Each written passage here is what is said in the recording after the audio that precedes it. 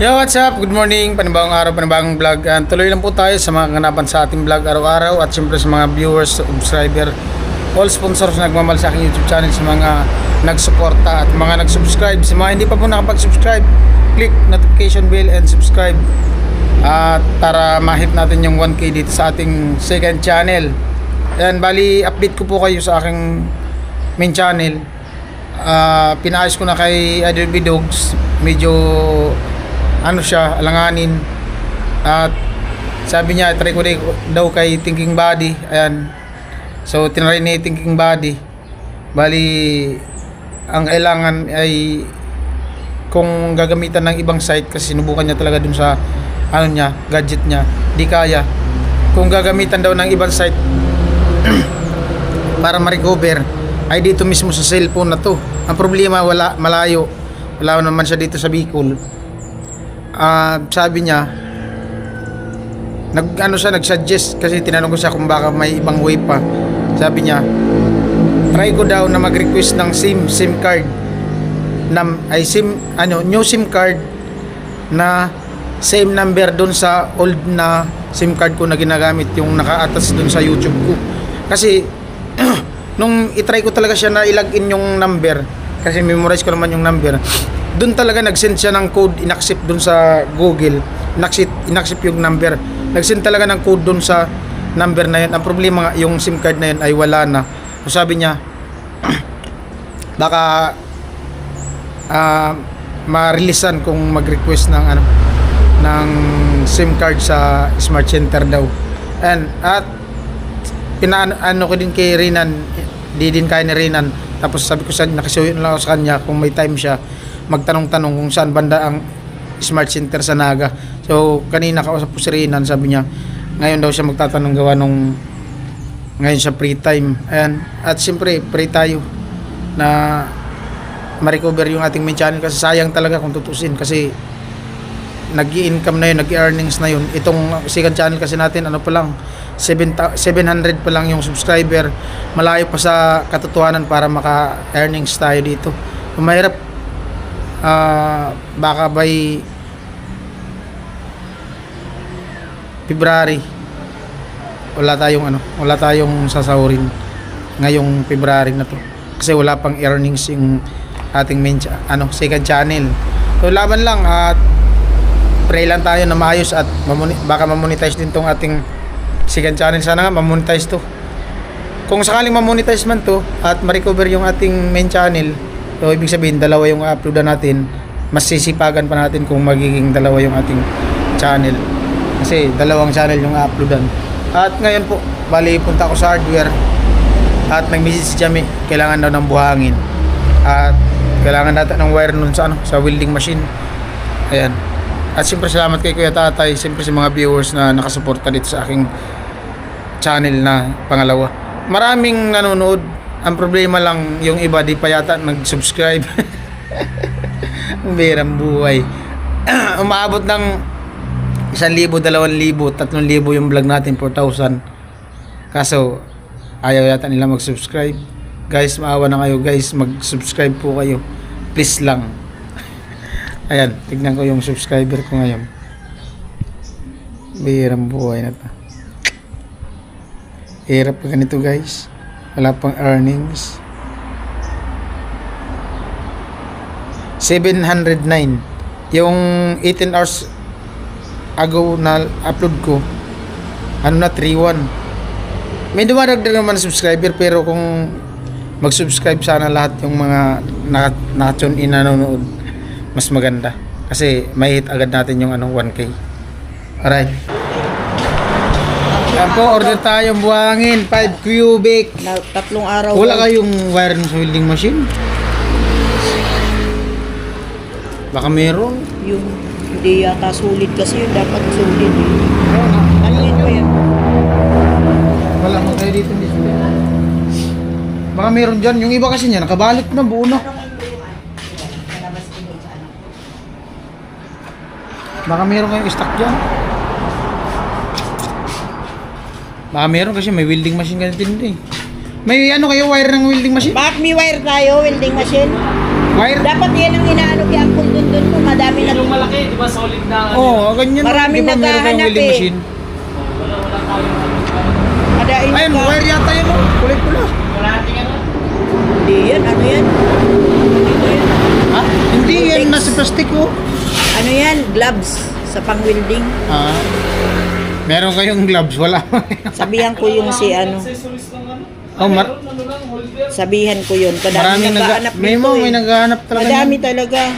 Dami naghanap sa amin no? Ano? Kasi karamihan ngayon, Shopee, Sabihan pero mo kasi si Uncle yung pang mo, kasi di naman niya alam kung ano yung mga, di ba sabi ni Uncle mo kung ano yung mga hinahanap, Oo. sabihin, di ba? yung iba kasi sa Shopee nag-order, kaso kung kailangan na agad, di naman maka-order, maka-antay pa.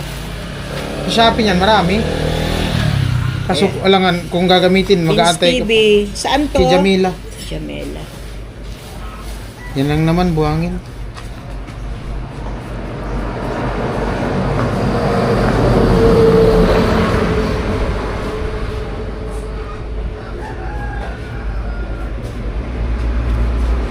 $1,000. Tamas daw yung buhangin bagong deliver. Gawa ng ano kasi, umano yung vulkan. Mainit-init pa. Talaga, ano? Mainit-init pa kasi yung buhangin galing sa Mayon. Oo nga, doy. Mayon man talaga galing, di ba? Oo, kaya lang malayo. Albay galing yan, Legazpi. Oo. Ano kasi, medyo critical ngayon yung Mayon, nahirapan sila maggawa ng buhangin. Nahirapan silang kumuha ng buhangin, ha? 5,000, 5 kubik. Okay. Harap na lang ako sa iba, baka meron. Ano magkaroon siya kayo? Sabihan ko si Pusing Oo. noon. Sayang. Kasi hindi niya alam yun. Ha? Alright. 1,000 na. Tapas. Ibang resibo niyan ha. Bili din ako ng ano, roller brush para dun sa Ha? Sa boss? masuli. Dalawa.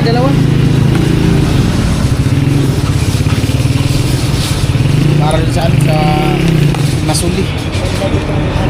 Matibay, naputol kasi yung ano Oo, dun. matibay ito. Yung nabili ko naputol, maliit kasi yung handle. Standard talaga yan. Na ano yung hawakan na pipa. How much? 200. Pahingin na lang ang pwesto. Mak.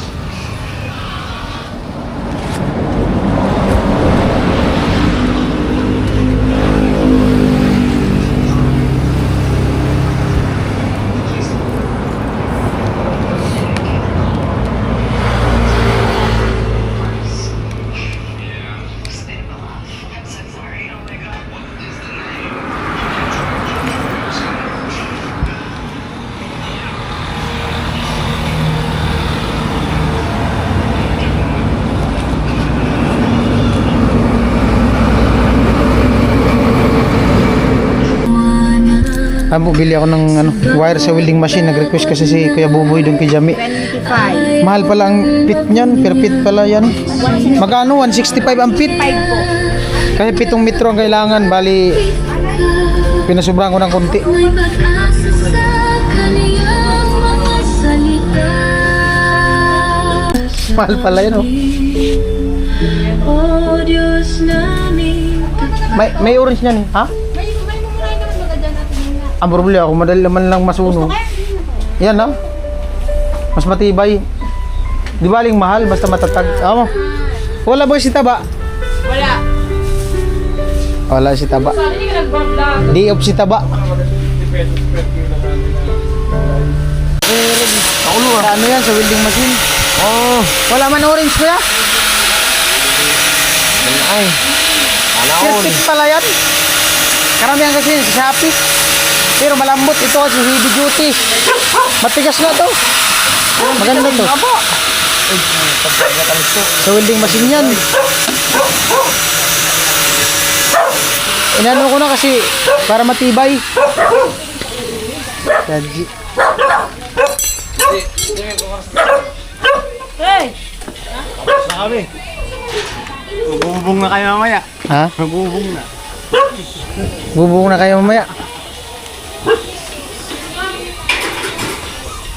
Nag-ano sila o nag... Ha? Pwede. Ilang kilo lang yan. 4,000 plus yan. Tapos yung papakilaw. Ilang kilo lang yan. Ay, Jami. Wala kang pasok, Mi? Mamaya.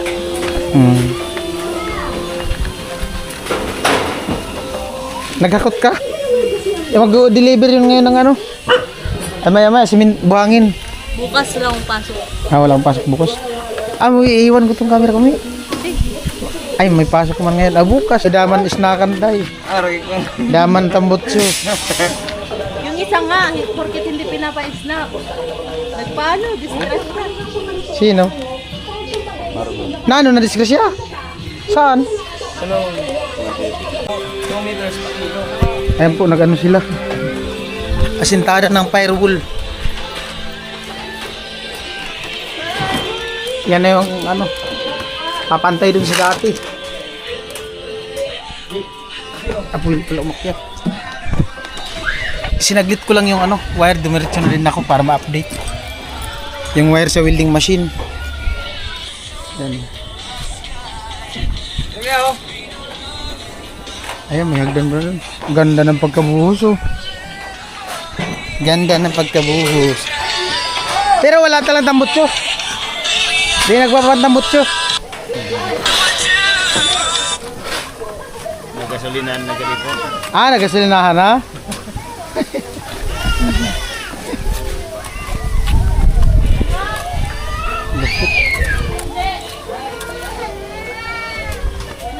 Tama sa G, kung lang patambutsan na sa G. Nakatambutso ka na, Ji? Di man nagtatambutso yun? Di man. Gasolina ang kailangan dyan. Bumili ako kapon na sangkaha. Oh. Ngayon, lubos na. 3 kami kumisigrilyo eh. Tatlo kayo nagsup-sup. 3. Ano? Lupit.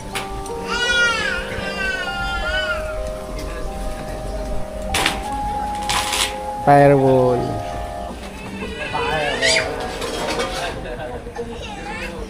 Ayan, kamu na. Sabi ka nga, kamu na.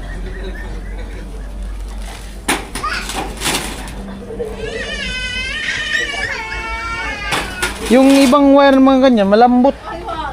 No? Malaki kasi yan. Heavy duty nga matigas. 165, perfect. Dito yung nabili mo eh. Ganda sweater.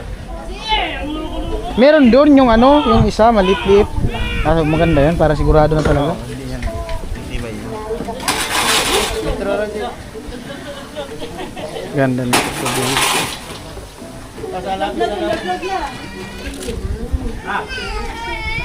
Wala man lang kaputol-putol.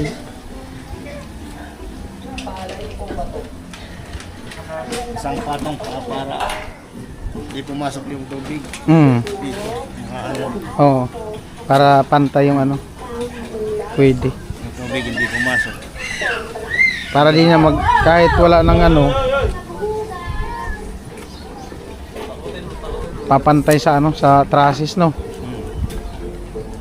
Sa parlina. Nagbabagyo. Kadalasan yan, papasok. Oo, pasok talaga dyan ang tubig. Papantay dyan ni kuya yung ano, sintada sa parlina. Dime! Yun na yung susukatan niya dun, no? Bili ka na daw ng snack. Pula sading. Meron na daw, Kuya, tanghalian. magpaistakan mo naman si kuya. Hindi. Alis naman ako, may gagawin pa ako. Bahala kayo kung Jami mag-usap. Meron daw yan budget? Meron daw? Oo, pantambutso tapos pang gasolina. Aray ko. Di mamaya pala. Oh, may sintada na din dito. Terrace. Ayan. May nag-comment dun sa vlog. Puro daw pintuan yung ano, bahay, para daw boarding house. Buti nga, parang boarding house. Si Haji nga, puro terrace. Ba? Wala kahit bumili ka ng motor, dito ka mag-parking. Hindi, tatanggalin po ito. Tatanggalin, ilipat dun sa kabila. Kaya magiging open yan dyan. Kaya sabi ni Haji, puro terrace. Kahit dito mag-parking si Papa.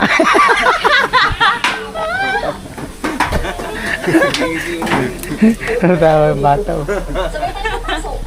Ano sa mga ano, yung iba kasi baka sabihin, ano, iwala yung pinto. Tatanggalin talaga to. Tatabasin dyan. Di man siya masayang kasi ilipat dun. Abang-abang. Abang-abang na lang po. Para pag may bisita, marami makakapasok. Boarding house nga daw. Di ba iwala yung pinto? Ang buhay. Hindi, ito ilagay doon sa Kaya nga, ilipat po ito dun. Tapos yung pinto, ito talaga yung pinakapinto. Dito, terrace po yan dyan, grills. Pero ang palagay ko dito, ganyan o halog lang. Ano, may sintada na guys. Maganda na to. Ilang kimbot na lang, pag nabubunga na yan, ano pa, kanda na. Mahirap lang naman dyan yung layout. Yan naman ang bahay namin ng Tunyo. Oh, sabi. Ay, gagawa naman kayo doon na sa kabila. Ayun, yan baga sabi ni tatay, lagyan ng suyab dyan. Oo. Lalagay daw sila doon ng kubo, pero hiwalay na ang pinto talaga. Oo. Puro nga pinto. Puro nga pinto, puro terrace. Gastos sa doorknob. Ha? Gastos. Sa doorknob. Magastos doon sa doorknob.